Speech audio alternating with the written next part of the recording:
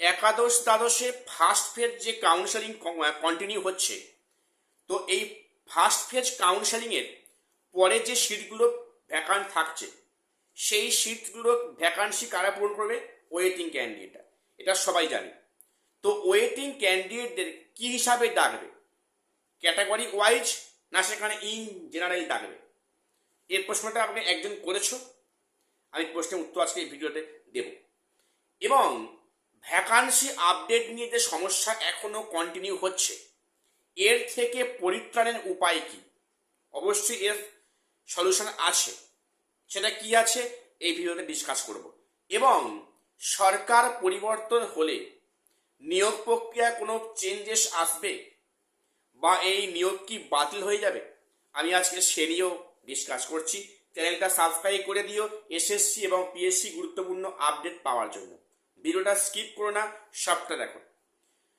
প্রথম আজকে বলবো যে ফার্স্ট ফেজ কাউন্সেলিং 11-12 কন্টিনিউ হচ্ছে এবং যে সমস্ত সাবজেক্টে ফার্স্ট ফেজ কাউন্সেলিং হয়ে গেছে সেখানে প্রচুর সিট ফাঁকা আছে বিভিন্ন সাবজেক্টে। সেই সিটটা কিন্তু পূরণ করছে ওয়েট লিস্টেডরা। এটা হিসাব পরিষ্কার, সবাই জানে। যে প্রশ্নটা অ্যারাইজ করছে যে ওয়েটিং লিস্ট থেকে কি হিসাবে ডাকবে, ক্যাটাগরি ওয়াইজ না সেখানে ইন জেনারেল ডাকবে? এর উত্তর সেখানে ক্যাটাগরি ওয়াইজ ডাকবে। দেখো, যে ক্যাটাগরি যেমন রিজার্ভেশন আছে সেই পার্সেন্টেজ কিন্তু ডাকা হবে। যে মোট ভ্যাকান্সি থাকছে, সাপোজ একটা সাবজেক্টে যতগুলো সিট ফাঁকা হলো, সেই সিটে কিন্তু রিজার্ভেশন ক্যাটাগরিগুলো একটা রেশিও করবে, সেই রেশিও কিন্তু ডাকা হবে। অর্থাৎ ইন জেনারেল ডাকবে না, ওয়েটিংতে কিন্তু ক্যাটাগরি ওয়াইজ ডাক পাবে, এটা পরিষ্কার হিসাব। এবারে যে বিষয়টা ইডাব্লিউএস, কিন্তু ইডাব্লিউএস যে সিটগুলো ফাঁকা আছে, জানো অনেক সিট ফাঁকা আছে ইডাব্লিউএস, সেখানে অনেকে 21-7 পরে সেখানে সার্টিফিকেট শো করেছে, তারা অনেকে বাদ পড়ে গেছে বিভিন্ন কারণে। যারা ইডাব্লিউএস এখনো যে ভ্যাকান্সিগুলো ফাঁকা আছে, সেই ভ্যাকান্সি কিন্তু শুধুমাত্র মানে জেনারেলদের জন্য, ওটা কিন্তু কোনো ক্যাটাগরিতে ভাগ হবে না। আমরা সবাই জানি যে ইডাব্লিউএস কিন্তু একটা জেনারেলের part, general category with economically weaker section. অর্থাৎ ইডাব্লিউএস সিটটা কিন্তু ক্যাটাগরিতে বণ্টিত হবে না, এটা হবে জেনারেলদের মধ্যে বণ্টিত হবে। এবং এই ইডাব্লিউএস ছাড়া কিন্তু বাকি সিটে রেশিও অনুযায়ী ক্যাটাগরিতে ডাকা হবে ওয়েটিং ক্যান্ডিডেটে। এবং সেখানে তারা সিএম এর লিস্ট দেবে স্কুলের, তোমাকে কিন্তু সে অনুযায়ী তোমাকে স্কুল চুজ করতে হবে। এটা ফার্স্ট প্রশ্নের উত্তর গেল। এবারে যে প্রশ্নটা আছে, ভ্যাকান্সি মানে সমস্যা কিন্তু এখনো আছে। তোমরা দেখবে, মনে করো আগামীকাল ভ্যাকান্সি, আজকে সন্ধ্যা বা রাতে স্কুলের লিস্ট পুনরায় দিচ্ছে, রেকটিফাই লিস্ট দিচ্ছে, তাহলে এতদিন পরেও কিন্তু এখনো ভ্যাকান্সি সমস্যার সমাধান হয়নি। এর মাঝখানে এত চেঞ্জেস হয়েছে, মিউচুয়াল ট্রান্সফার, উৎসর্গিত পোর্টালে বা সেখানে কোর্ট কেস ট্রান্সফার, এর ফলে কোন স্কুলে সত্যিকারের সিট ফাঁকা আছে সে তথ্য কিন্তু এখনো শিক্ষার্থীদের কাছে যায়নি এবং শিক্ষার্থীর মাপা কিন্তু এখনো কমিশনে আসেনি। এর ফলে অনেক সমস্যা হচ্ছে। অনেকে হচ্ছে কি, সেখানে স্কুলে গিয়ে দেখছে সেই সুদে আদৌ ভ্যাকান্সি নেই, ভ্যাকান্সি পূর্ণ হয়ে গেছে, অনেক সমস্যা হচ্ছে। এর থেকে নিষ্কৃতির একটা উপায় আছে। দেখো, যখন তোমাদের কাউন্সেলিং বিজ্ঞপ্তি দিচ্ছে এবং সিএম এর লিস্ট দিচ্ছে, তোমরা সেই লিস্ট দেখে তোমরা স্কুলে ঘুরে এসো। তোমাদের কাউন্সেলিং এর আগে তোমার যেমন র্যাঙ্ক হয়েছে তুমি সে অনুযায়ী স্কুল কটা বাছো, তুমি তোমার সেই পছন্দ স্কুলগুলো একবার পারলে ভিড় করে নাও। কাউন্সেলিং এর আগে দেখে আসলে সেই স্কুলে আদৌ ওই সিটটা আছে কিনা, ভ্যাকান্সি ফাঁকা আছে কিনা, বা ওই সাবজেক্টটা আদৌ স্কুলে আসে কিনা। অনেক কিন্তু সমস্যা কমপ্লেন আসছে, এটা 2016 হয়েছে, এবার আরো বেশি করে হচ্ছে।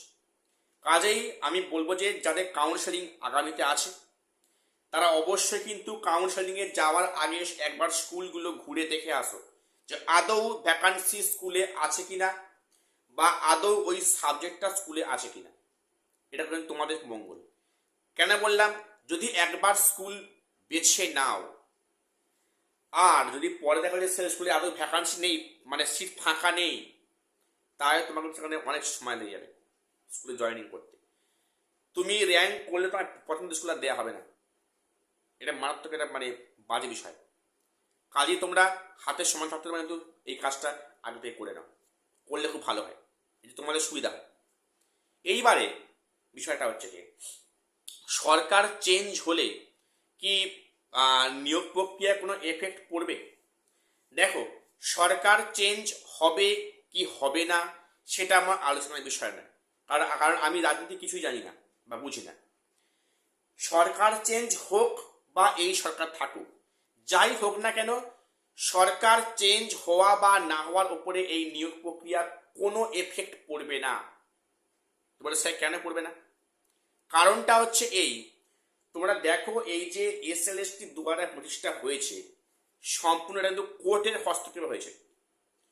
এই যে বিষয়টা কিন্তু হচ্ছে কোর্টের হস্তক্ষেপে, কাজেই কোর্ট কোনো চেঞ্জেস আনতে পারে মনে করলে, কোর্ট কোনো জাজমেন্ট দিয়ে সেই চেঞ্জেস আনতে পারে, কিন্তু কোনো সরকার কমিশনের ক্ষমতা নেই যে এই প্রক্রিয়াকে পুরো বাতিল করে দেওয়া, যেহেতু এটা একটা কোর্ট সিস্টেমে আন্ডারের মধ্যে কন্টিনিউ হচ্ছে।